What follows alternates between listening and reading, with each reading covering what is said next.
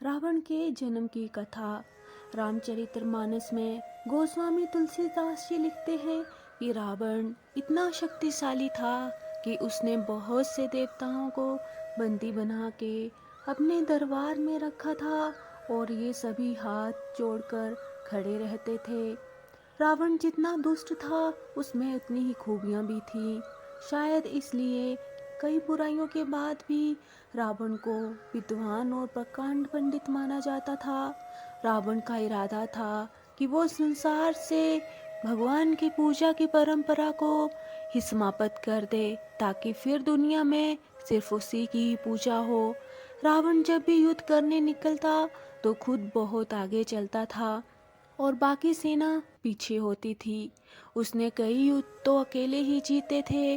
रावण ने यमपुरी जाकर यमराज को भी युद्ध में हरा दिया था और नरक की सजा भुगत रही जीवात्माओं को मुक्त कराकर अपनी सेना में सम्मिलित किया था। आइए जानते हैं रावण और उसके पिता और पूर्वजों की कथा को। सुकेश के माल्यवान, सुमाली और माली नामक 3 राक्षस हुए। तीनों ने ब्रह्मा जी की तपस्या करके ये वरदान प्राप्त कर लिए कि हम लोगों को कोई पराजित न कर सके। वर पाकर वे निर्भय हो गए और सुरों असुरों को सताने लगे। माल्यवान के 7 पुत्र हुए और सुमाली के 10 पुत्र हुए। माली के अनल, अनिल, हर और संपाति नामक 4 पुत्र हुए। ये सब बलवान और दुष्ट प्रकृति के होने के कारण ऋषि मुनियों को कष्ट दिया करते थे।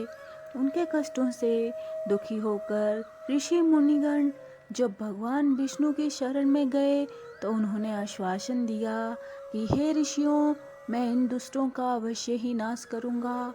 जब राक्षसों को विष्णु के इस आश्वासन की सूचना मिली तो वे सब मंत्रणा करके संगठित होकर माली के सेनापतित्व में इंद्रलोक पर आक्रमण करने के लिए चल पड़े। समाचार पाकर भगवान विष्णु ने अपने अस्त्र शस्त्र संभाले और राक्षसों का संहार करने लगे। सेनापति माली सहित बहुत से राक्षस मारे गए और शेष लंका की ओर भाग गए। जब भागते हुए राक्षसों का भी नारायण संहार करने लगे तो माल्यवान क्रुद्ध होकर युद्ध भूमि में लौट पड़ा। भगवान विष्णु के हाथों अंत में वो भी काल का ग्रास बना। शेष बचे हुए राक्षस सुमाली के नेतृत्व में लंका को त्याग कर पाताल में जा बसे और लंका पर कुबेर का राज्य स्थापित हुआ। राक्षसों के विनाश से दुखी होकर सुमाली ने अपनी पुत्री कैकसी से कहा कि हे पुत्री, राक्षस वंश के कल्याण के लिए मैं चाहता हूँ कि तुम परम पराक्रमी महर्षि विश्वा के पास जाकर उनसे पुत्र प्राप्त करो। वही पुत्र हम राक्षसों की देवताओं से रक्षा कर सकता है। पिता की आज्ञा पाकर कैकसी ऋषि विश्वा के पास गई। उस समय भयंकर आंधी चल रही थी। आकाश में मेघ गरज रहे थे। कैकसी का अभिप्राय जानकर विश्वा ने कहा कि हे भद्रे, तुम इस कुबेला में आई हो, मैं तुम्हारी इच्छा तो पूरी कर दूंगा, परंतु इससे तुम्हारी संतान दुष्ट स्वभाव वाली और कुकर्मा होगी। मुनि की बात सुनकर कैकसी उनके चरणों में गिर पड़ी और बोली कि हे भगवान, आप ब्रह्मवादी महात्मा हैं। आपसे मैं ऐसी दुराचारी संतान पाने की आशा नहीं करती। आप मुझ पर कृपा करें। कैकसी के वचन सुनकर मुनि विश्वा ने कहा कि अच्छा, तो तुम्हारा सबसे छोटा पुत्र सदाचारी और धर्मात्मा होगा। इस प्रकार कैकसी के 10 मुख वाले पुत्र का जन्म हुआ, जिसका नाम दशग्रीव रावण रखा गया। उसके पश्चात कुंभकर्ण, शूर्पणखा और विभीषण के जन्म हुए। रावण और कुंभकर्ण अत्यंत दुष्ट थे, किंतु विभीषण धर्मात्मा प्रकृति का था। अपने भाई वैश्वानर से भी अधिक पराक्रमी और शक्तिशाली बनने के लिए रावण ने अपने भाइयों सहित ब्रह्मा जी की तपस्या की।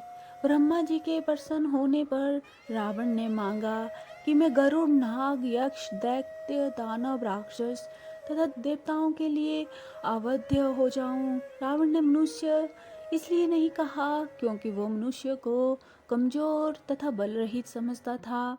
ब्रह्मा जी ने तथास्तु कहकर उसकी इच्छा पूरी कर दी। विभीषण ने धर्म में अविचलित मति का और कुंभकर्ण की इच्छा इंद्रलोक पाने की थी। इस वजह से भयभीत इंद्र ने मां सरस्वती को कहा कि जब कुंभकर्ण वरदान मांग रहा हो तब आप उसका ध्यान विचलित करें। और सरस्वती की मायावश कुंभकर्ण इंद्र की जगह निद्र बोल बैठा, जिससे वह 6 माह सोता था और 6 माह जागता था। तो दोस्तों, ये थी रावण के जन्म की कथा। आपको कैसी लगी? अच्छी लगी है तो ज़्यादा से ज़्यादा शेयर कीजिए और लाइक कीजिए। और आपसे विनम्र निवेदन है, अगर चैनल पे नए हैं तो प्लीज़